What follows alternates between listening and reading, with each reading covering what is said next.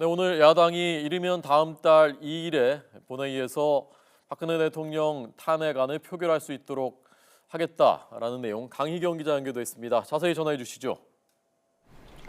네, 박근혜 대통령 탄핵에 대한 야당의 움직임이 거세지는 가운데 오늘 더불어민주당 우상호 원내대표가 구체적인 일정을 제시했습니다. 이르면 다음 달 2일, 늦어도 9일 본회의에서 박근혜 대통령 탄핵소추안이 통과될 수 있도록 하겠다고 밝혔습니다. 우상호 원내대표의 말 직접 들어보겠습니다. 박근혜 대통령의 탄핵 일정은 정기국회 내에 하겠습니다. 빠르면 12월 2일, 늦어도 12월 9일 날 국회 본회의장에서 이어 혼란스럽던 사안을 정리하고 탄핵에 집중하기 위해 국회 추천 총리 문제는 더는 검토하지 않겠다고도 강조했습니다.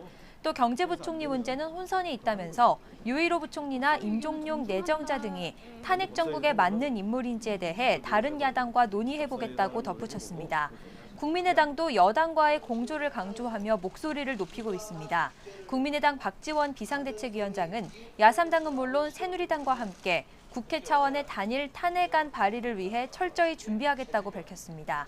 이어 탄핵안의 압도적 통과를 위해 여야 4당이 모두 공조해야 한다고 강조했는데요. 직접 들어보겠습니다. 탄핵안을 압도적으로 통과시킬 수 있도록 헌재 판결의 길을 열어줄 수 있도록 여야 4당이 공조를 하자고.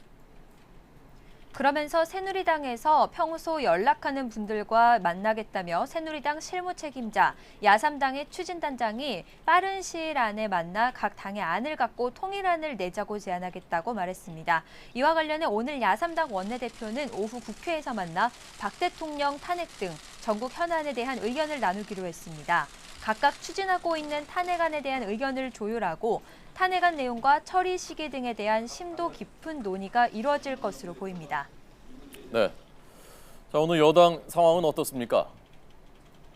네, 새누리당도 비주류를 중심으로 탄핵 움직임이 더욱 거세지고 있습니다. 특히 앞서 대선 불출마를 선언한 김무성 전 대표는 탄핵에 앞장서겠다고 선언하기도 했는데요.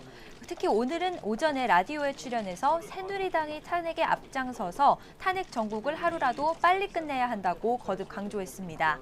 이어 보수가 몰락의 길로 가고 있는데 썩은 보수를 도려내고 건전한 새 보수를 규합해야 한다고 주장했습니다. 다만 이후 행보에 관련해서는 친문, 친박을 제외한 어떤 세력과도 손잡을 수 있고 같은 일을 할 수 있다고 여지를 남겼습니다. 킹메이커 역할도 할 수 있다고 본다면서 보수와 진보 양 진영에서 각각 대선 후보가 탄생하면 지지층이 결집할 것이라고 내다봤습니다. 하지만 지도부에서는 탄핵 움직임과 함께 당 분열을 겨냥한 듯 야당과 김 전 대표를 향한 강도 높은 비판을 쏟아냈습니다. 새누리당 이정현 대표는 당내에서 김 전 대표를 중심으로 탄핵안 발의를 위한 연판장이 돌고 있는 데 대해 민감한 사안일수록 자신들의 정치 행위에 대해 역사적인 책임을 져야 한다고 비판했습니다. 또 더불어민주당 추미애 대표를 향해 대한민국 헌정사에 남을 두 번의 탄핵을 주도하는 업적을 남기는데 흥분하고 또 그것에 큰 자부심을 갖고 있는지 모르겠다면서 적어도 공당 대표라면 용어를 골라서 써야 한다고 날을 세웠습니다. 이정현 대표의 말 직접 들어보겠습니다. 강제로 대통령을 끌어내리겠다는 것입니까? 헌법과 법률에 의거해서 탄핵을 하겠다는 것입니까?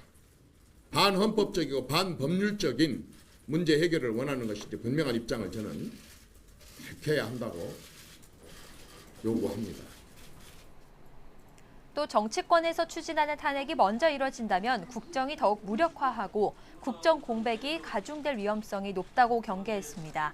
친박계인 이장우 최고위원은 박 대통령 탄핵에 앞장서겠다고 밝힌 김 전 대표의 언행이 하늘에 떠있는 깃털구름과 같이 늘 가볍다면서 조속히 새누리당을 떠날 것을 강력히 촉구한다고 말했습니다. 이처럼 탄핵을 두고 주류와 비주류 사이 갈등이 정점에 이르면서 추가 탈당과 분당 가능성도 배제할 수 없는 상황이 됐습니다. 지금까지 국회에서 YTN 강희경입니다.